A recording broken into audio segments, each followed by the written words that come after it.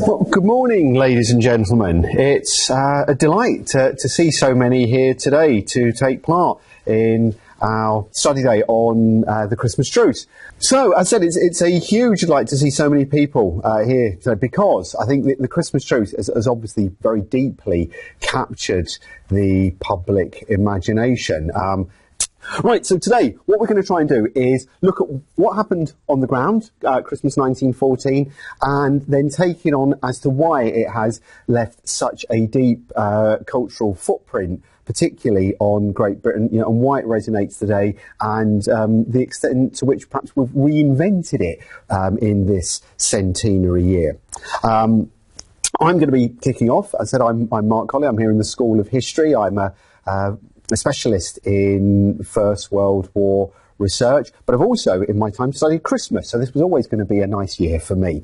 I'm delighted to have two other members of the Gateways Consortium here with me, Dr. Emma Hanna from the University of Greenwich and Dr. Peter Grant from City University, both, like myself, deep research interests in the First World War, and Peter's got a book out which makes an ideal Christmas present, as well as great for wedging, like mine, my own, buy my own as well, because they're very good for wedging open doors and sorting out coffee tables that are not quite flat, so I do get involved in all of that. So, without further ado, let me kick off. I'm going to try and give you a brief run-through, of what actually occurred on the ground in Christmas 1914 on the Western Front. So you all know that this is big this year. Sainsbury's, with the production values of that Christmas advert, are truly amazing, aren't they? Absolutely amazing. Although I have to admit, I've not yet seen it on the TV. I've only seen it on the internet and watched it there, and I must get around to watching the making of. Soon, I'm expecting the director's cut to come out, and then we'll have even more of it. It's very big now down at Ploegster. I think rather sorrowfully, really, given the interest in the Christmas Truce. They're now putting car parking next to Cowlishaw's lovely little cemetery at Saint Yvonne, and I always thought one of the charms of that cemetery was the fact that you really did have to walk down to it, and the quietness of it led you into Plug Street Wood. But now we're going to have kids hyper on Eep chocolate running around the whole time. It's obviously a point you can see of intense pilgrimage. The football's laid up, and indeed we have a veteran here, Tim, sitting at the back. Yes, everybody stared at Tim, who took part in the raising of that cross back in '99, and it'd be great later perhaps to get some of Tim's thoughts, memories, and ideas about what he took from that event. Big part of the Peace Village hostel and the scene. There you can see the football memorial, with football being used to promote the concept of peace, and you can see very much a part of Hands Across the Barricades in Ireland. So let's get into the actual stuff on the ground itself. Well, as you all know, Britain enters the war 4th of August 1914. The British Expeditionary Force crosses over to France. I think one of the things to point out straight away is we have to remember the British Expeditionary Force is a bunch of professional soldiers, men who have said, maybe they don't really see a long career in soldiering, but nonetheless have opted, for whatever reason, whatever motivations, to be soldiers, and therefore they are trained killers. I think that is important to point out. They go with a job of killing. They go out with the job of killing His Majesty's enemies, regardless of who they are. A few weeks earlier, they might well have shot Irishmen in Ireland, oblivious to whatever other cultural ties they had, because that is their job. And I think, is it one of the officers, was it in the Warwicks or something, who says in a letter home to his wife, it's a little bit disquieting on the boat, dear, because one of my men came up to me and said, don't worry, sir, we'll soon have these French bastards on the run, won't we? You have no idea who they're going to fight. It's just one of His Majesty's enemies who deserves a bit of a kicking because he's foreign. And I think we've got to bear this kind of mentality in mind. The British fight an encounter battle, as military historians would describe it, in late August, 23rd, 24th of August at Mons, rapidly go into retreat, alongside the French army down towards Paris, and that is terrifying. Unlike in 1940, the BEF is retreating in the wrong direction. Is going into the hinterland of France, and I think that therefore explains why recruitment, contrary to popular opinion, doesn't explode in early August 14, but really gets going in late August 14. We have an army that's been defeated, gallantly defeated, and retreating, and that really helps stimulate recruitment. There is then a major counterstroke on the Marne. You see where the BEF plays its part, wedged in between two French armies. It advances to the River Aisne, and it's really up on the River Aisne where we start to see soldiers discovering the value of that bit of kit that hangs on their webbing, their entrenching tool. Its trench warfare really starts to begin on the Aisne, and the irony is, of course, that they ensure stasis sort of behind them in order to free up men for what they believe is going to be a war of movement further up the line, going towards the French coast.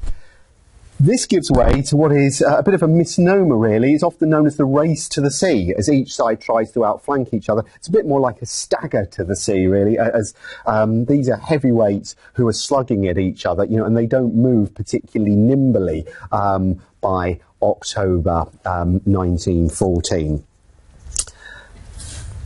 The war, the fluidity, and what's left of the fluidity of the war, then comes to a shuddering halt in a series of engagements around what becomes for the British the iconic city of Ypres in October, November 1914. The first great crisis being on the 31st of October, which incidentally in the 20s is celebrated by the Ypres League as a very important Remembrance Day. And again, I think there's something for us to consider, that there are local and other national remembrance events that are a big part of British culture in the 20s and 30s that perhaps we've lost touch with, particularly since 1945.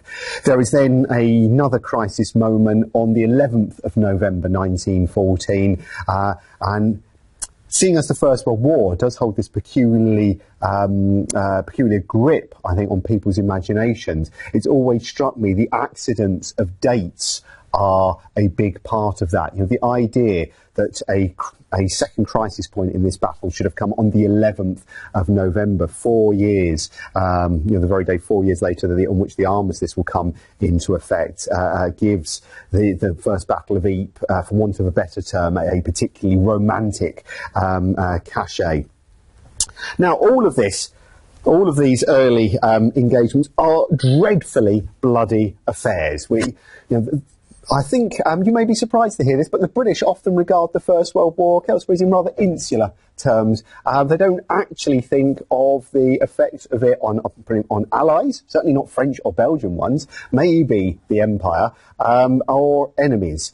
And seeing as there is so much staked in Britain on the 1st of July 1916, and that being the advent of a war of mass casualties, I think it means that we've overlooked just how bloody 1914 is. To give you some sense of that, in a 10-day period between the 15th and the 25th of October 1914, on the Gheluvelt, so on the Ypres-Menin Road, the Gheluvelt section to the La Bassée Canal, just over the French border, right on the edge of the French coal mining zone, the Germans' army loses 134,000 men. Casualties. Now that's casualties killed, wounded, missing in 10 days. The BEF has suffered by the end of October about 86,000 casualties, which is shocking, is hideous enough, don't get me wrong. France, by the 31st of December 1914, has lost 265,000 men dead. If you count the wounded and the missing and the prisoners, it's nearly 1 million casualties for France by Christmas 1914. This is an exceptionally bloody war from the start. And I think the casualties we should also bear in mind, because they will have, I think they'll have an important effect on the way the Christmas truce pans out, particularly for the non-British German aspects. Of of the truce, which I'll come back to. Now, all of this means that the combatants are having to scrape up manpower wherever they can. The British and French rather naturally look to their very large colonial empires. The British have the ability to deploy eventually, they will be able to call upon equal numbers of volunteers that are coming forward in their white self-governing dominions, but they're also calling upon the subject peoples of the empire. There is a large pool of professional manpower immediately available to the British Army, which are the Indian troops. Indian Expeditionary Force A is rushed to the continent and is in the line is well established and taking an important part of holding the line and involved in all sorts of military activities by Christmas 1914. France is as you might well expect, especially given its lower demographic, is very deeply having to draw upon particularly West African manpower. What General Monjan before the war called La Force Noire was going to have to come to France's aid. So even by Christmas 1914, this is not a solely white Christian experience is going to occur on the Western Front. Now, by 15th of November, thanks to scraping up all of its reserves and starting to deploy territorial units, territorial soldiers who, as their name implies, their original terms of condition of enlistment is to defend Great Britain, but there is a little box that they can sign to say, I'm happy to serve overseas. Those men who had signed what was known as the Imperial Service Obligation box were starting to be deployed to help out. And the BEF is about... somewhere in the region of just short of 200,000 men are on combatants are on the Western Front by Christmas. Now, the British section of the Western Front is actually remarkably short. Here is the map taken from Malcolm Brown's book showing the British line and also where incidents of the truce took place. You can see it's remarkably short. For those of you who know your Ypres salient, it's from roughly Saint-Éloi, which is the first major crossroads you reach south of Ypres, down to the La Bassée Canal. That's its boundary. La Bassée being just inside France, and as I said, right on the edge of the major French coal mining area. Now, what all of the combatants are finding here is that there is a desperate need for their sappers, their pioneers, their engineers. They want to dig bigger, better trenches. That also means, of course, that there's a premium on things like tools and stores to make trenches. And as you can imagine, soldiers being soldiers will borrow things they find around the place, from abandoned farms, abandoned houses. You need timber to revet, to make solid. You need as many spaces as you can get your hands on. This also means, as we'll see, that the Christmas 1914 is a remarkably busy time for the Royal Engineers and the engineering and pioneer battalions and units of all armies. And as you can probably start to see, they will not have particularly silent nights at Christmas 1914. Also, what's massively exacerbating the situation is the weather is remarkably similar to the moment. Actually, what is happening in that autumn, winter of 1914 is there are short moments of freezing weather followed by westerlies, damp, relatively mild Atlantic westerlies, which are soaking the ground. So it's freezing, soaking, and that, I think, is particularly, shall we say, to use the army term, an embuggerance factor for the men at the front. It doesn't make life particularly happy, the fact that the weather seems to go back and forth like billy-o here. Here is men of the 1st Scottish Rifles digging for potatoes in an abandoned potato field. You can see it's in one of the moments of freeze, but you can imagine the misery that then creates when that thaws, and having men marching across that ground, trying to move across that ground, trying to move anything like heavy kit across that kind of ground.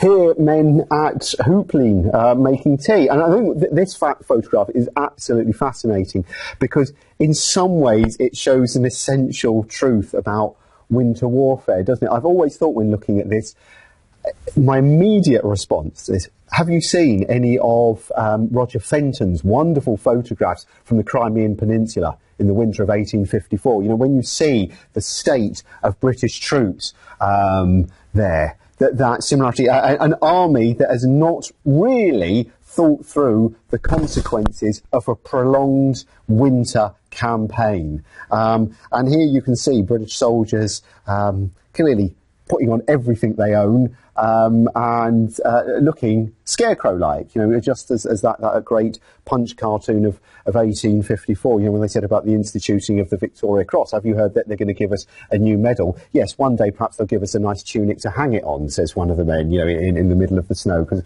they haven't got anything like the right degree of kit. And here is another incredible shot from the 1st Scottish Rifles position. First of all, I think it shows you how amateurish entrenchment can seem in the early days of the war. Look at the way the wire is just strung out like that. There's no, you can see there hasn't been a good Royal Engineers officer doing that by the book, has there? The way they've put it out on the improvised posts and poles, but also the narrowness of the position here. Here at the top, that's the German line. There, they're incredibly close to each other. And again, obviously that's going to be an important factor when it comes to the interchanges and exchanges according to their various degrees of intensity that occur at Christmas 1914. Now, everything in that run-up to Christmas 14 is made intensely worse by the fact that Sir John French, the Commander-in-Chief of the British Expeditionary Force, decides to launch a series of attacks between the 15th of December and the 23rd of December, mainly around Witzgater. For those of you who have been to Ypres, you know, it's near Messines, it's up on the high ground. He wants to improve the position there. And these attacks, these assaults, really do show up all of the nascent problems of trench warfare. The British don't have enough intelligence about the zone they're attacking. They don't really have anything like enough heavy artillery, nor the requisite ammunition to go with it. And so all of these are pretty much repulsed as bloody failures, as you know, absolutely dreadful, in absolutely dreadful conditions. At the same time, the Germans are also having a bit of a bash at the Indian Corps down at Givenchy, and that is turning into an extremely nasty, bloody little affair as well. So, if you go into Plug Street Wood, now you'll see a lot of those casualties from those December engagements are buried in beautiful little, I think that's is that a Cowdershaw cemetery as well, Tim, at Plug Street? Yeah.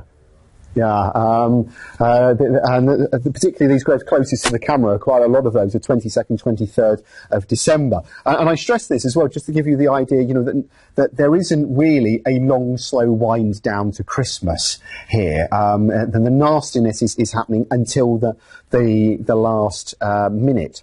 But by its same token, I think what this means, by the 23rd of December, you have both sides absolutely exhausted, their front line in a total mess.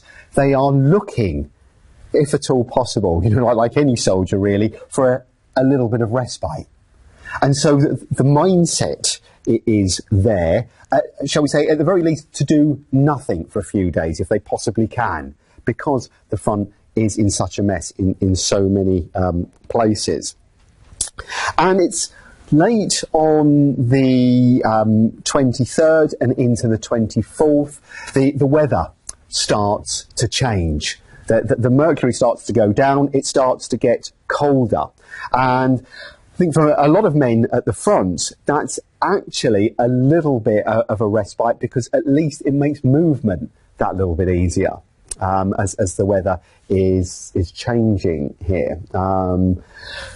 On the 24th, you get the first signs that something slightly out of the ordinary is occurring. As I'm sure many of you know, a lot of people in continental Europe, particularly in Northern Europe, treat the 24th of December with a lot more reverence than is part of British and certainly English Christmas tradition and custom. So certain units are starting to notice how quiet things are getting on Christmas Eve.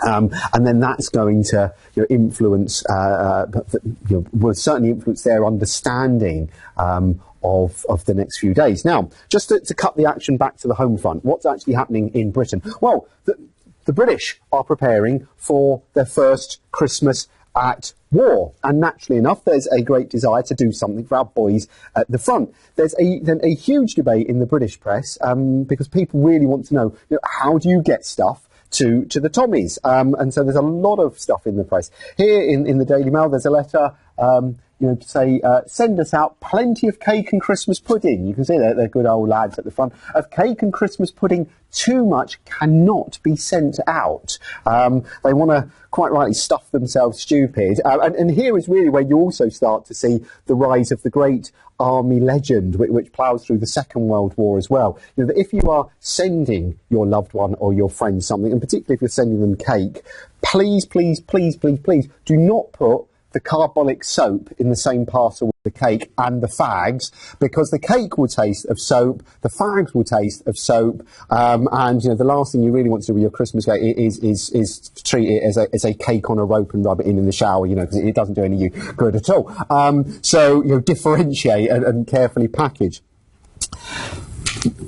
This Christmas is already by 1914 a very commercialised festival in Britain, and everybody sees the opportunity of making a few quid. Look, there you go, a British Christmas. What can you send your loved one at the front? Well, a very nice fountain pen. He'll like that, so he can write home to you. It's the kind of fountain pen that will write under all conditions, even the heaviest German attack, no problem at all. So you could buy that. If you're from an officer's family, you could send him a nice coat. There you see, Xmas presents for our officers at the front. If you are particularly if you're the wife of a nice officer with the Guards Brigade, then what you will be expected to do is work for the Regimental Comforts Fund. Knit comforts for the troops, socks, scarves, balaclavas, all of that. And I think these days we tend, a lot of the historiography, a lot of the popular history, especially about women in the Second World War, stresses the role of women in factories. I'm glad to say we're starting to see more research on the flip side, that perhaps actually one of the most crucial war roles that women play in all combatant nations throughout the Great War is knitting, is to knit stuff for the front. And then as well, particularly in later years, for men in prison camps, to send them stuff to make sure that they're comfortable. And again, it's the start of a long army tradition of jokes about the knitted stuff that you get. You receive a glove and it's got 7 fingers to it, and you complain to the sergeant major, and he says, well, it's the thought that counts, and then you say, well, they could count a hell of a lot better if only they could bloody well think, because you've got all these shapeless woolen comforts have come out to you. So there's a huge effort going into this. Burberry, they're going to make a few quid. Remember, Burberry are riding high on the fact that both Scott and Shackleton wore their kit to the South Pole, and only one of them was killed in the attempt, so it must be good stuff. You get the impression from Burberry's Christmas adverts every year that everything short of a 5.9-inch shell will be stopped by one of its trench coats. So that you can see the various testimonials there. So there's all this public discussion about how do you send things to the front, and the Army Post Office is totally swamped. The GPO liaising with them are also swamped. You can see 30,000 gifts daily for the front. And what the Army Postal Service is really wants the message to get out. You can't just write on a parcel, Tommy Atkins, France, BEF. We really need it to have a little bit more on it than that. You'll no doubt be totally unsurprised to know that the Daily Mail leads a campaign against incompetence in the Army Post Office and the GPO generally, thundering away, that it's all a disgrace. And I'm sure if only they were to have privatised it, it'd work a lot better. It's all there at Christmas 1914. They're having a little dig about the nature of the service. But it's obvious. No one is prepared for war on this scale, at any level, and that goes all the way down to ensuring that the men get their Christmas parcels and Christmas cards and such like. Now, we also see, as I say, because there is a desperate desire, I think, to slow things down because of the nature of the fighting in December 1914. There is already some information coming back of moments of truce, and often given a very dramatic and overblown spin. But here's the Illustrated London News, which survives. As its title suggests, it's actually a pretty high-class illustrated newspaper. Its cost means it's slightly beyond anyone, shall we say, from the lower middle class downwards. It's very much a middle class and upwards kind of publication. But nonetheless, here for their Boxing Day edition, so long before anyone knows anything about the Christmas truce, they're on the back of an officer's letter. They're dramatising this, that there is some kind of musketry competition occurring between the lines in a lull in the fighting. Now, Christmas Eve, as I said, the start is getting very cold. There are also signs of quiet occurring. But here, I think, is where we have to factor in some of the kind of macro-scale military history. First of all, pretty much all wars have seen truces, unofficial truces, at some point. Men stop fighting either to bury the dead or to bring in casualties. They're not peculiar to the Great War or this moment, and they're not uncommon. Also, though, the other factor to bear in mind is how much of the fighting on the Western Front in the Great War is dependent upon very fine and large number of variables. What I mean by that is, if you join the Grenadier Guards, there is an onus on you, not to put it too finely, to put a chili up the opposition's backside every day of the war. You've joined an elite unit. If you couldn't take a joke, you shouldn't have joined this. You should have gone and joined something slightly more sleepy. So your war is always going to be pretty active. If, certainly we see this by mid-war, and this is no, I'm not making the accusation against them, but if you're in one of those sort of second-line territorial units that Douglas Haig doesn't rate very much, well, you're never going to be anywhere that's particularly exciting, shall we say, to use the euphemism, because he's just going to put you on trench holding duties. So that's a variable that's going to affect the way an individual experiences the war. The second one is the precise nature of the opposition you face. If you come in to the trench and it is some relatively, dopey Sybaritic Saxons who still don't quite see themselves as part of this Prussian-dominated Hohenzollern new state, then they might sit about for a few days and not really do something. By the same token, if it's the 1st Prussian Imperial Guard, you're in for a miserable time, because they have an onus on them. They've got to live up to their reputation. They're going to make your life nasty.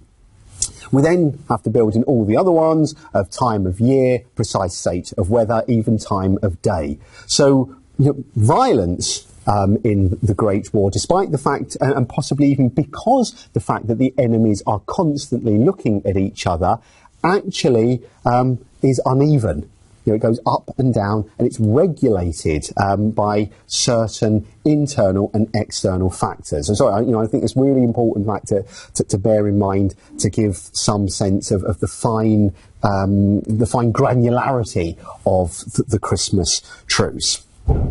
So, some units, like the London Rifle Brigade, are starting to notice getting very quiet on the 24th of December, and therefore I think for a lot of people, they're thinking, a lot of men, well, if they're going to be quiet, we're going to be quiet. Doesn't necessarily mean you want to talk to them. You don't want to discuss, whether the big Bond film is going to live up to it that day. You just want to keep things quiet. And indeed, here you get a sense of this as we go into Christmas Day. I mean, this is Christmas Day itself. You can see 2 men of the Yorks and Lancs in the foreground. There are Germans in the rear. They're not actually inviting each other to cocktail parties in the mess. They're just ignoring each other. That'll do. That's a good enough truce. That'll be fine. We'll just ignore each other.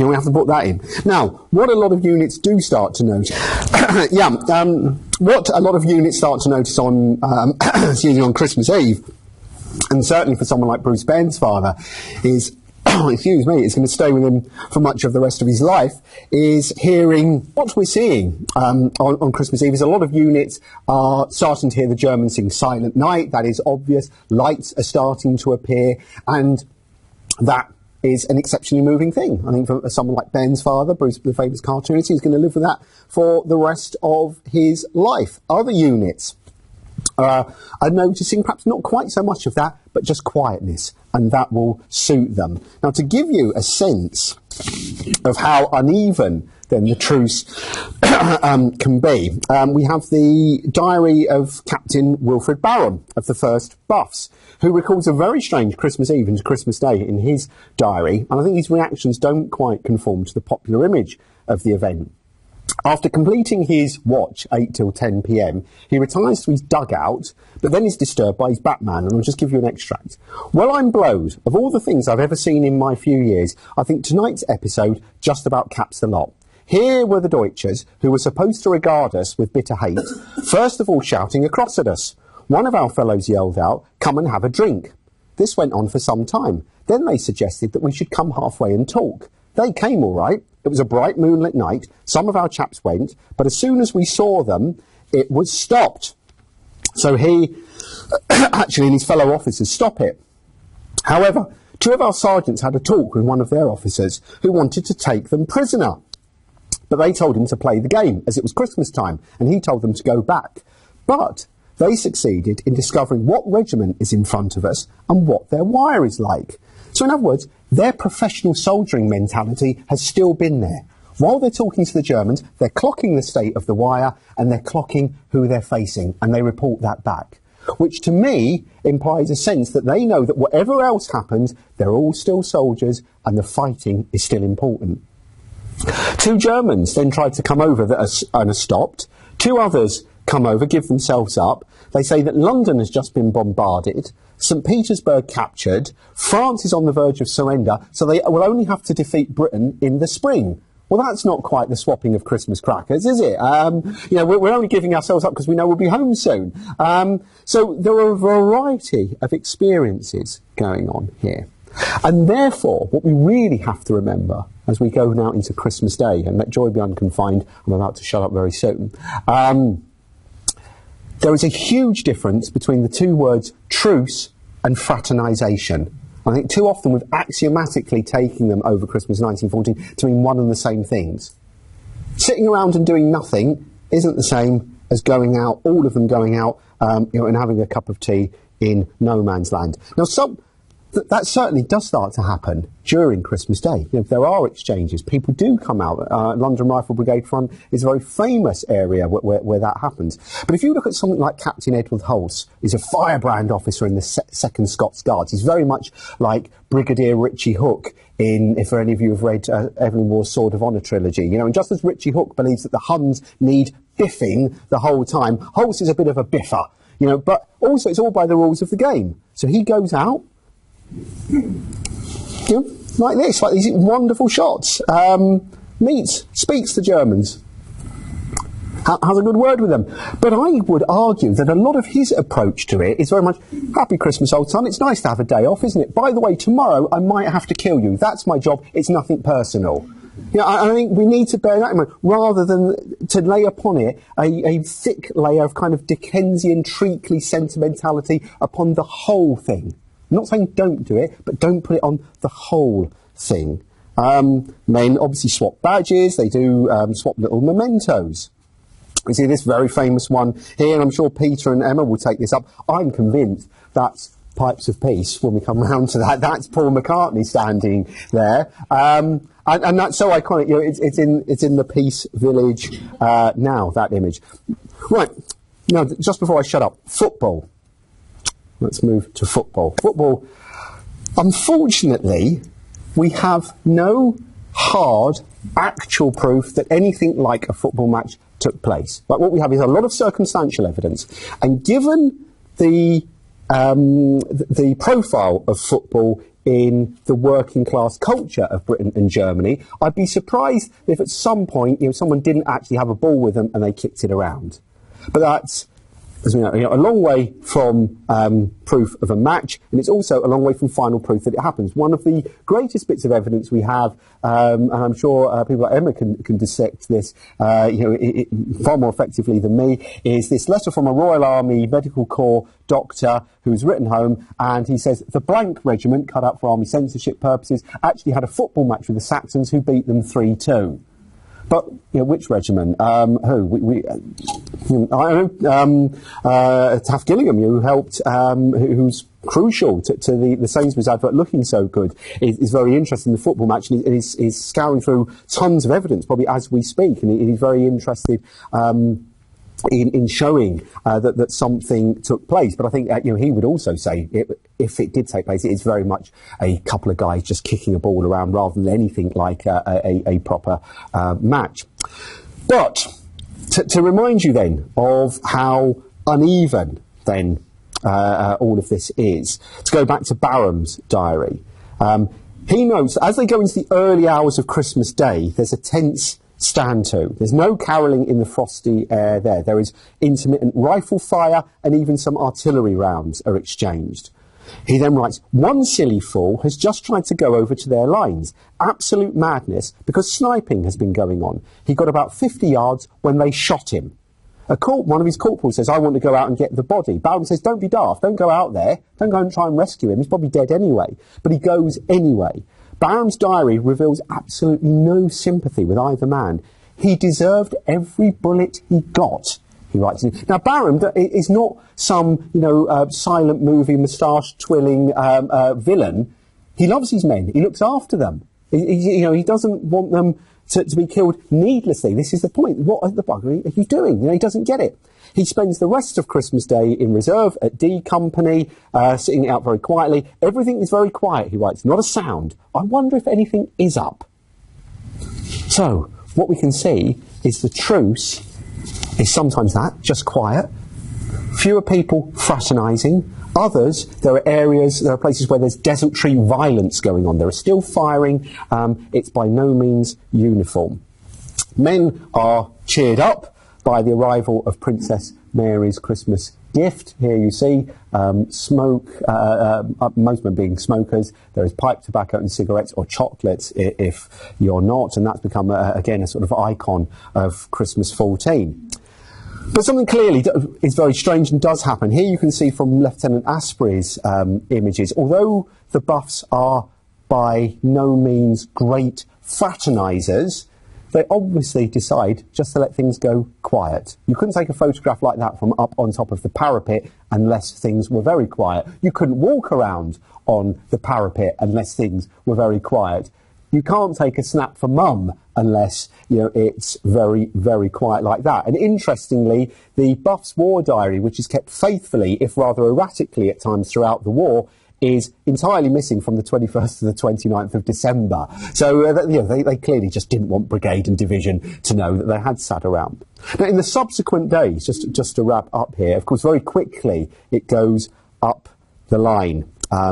And higher commands find out, units are rotated, and violence recommences.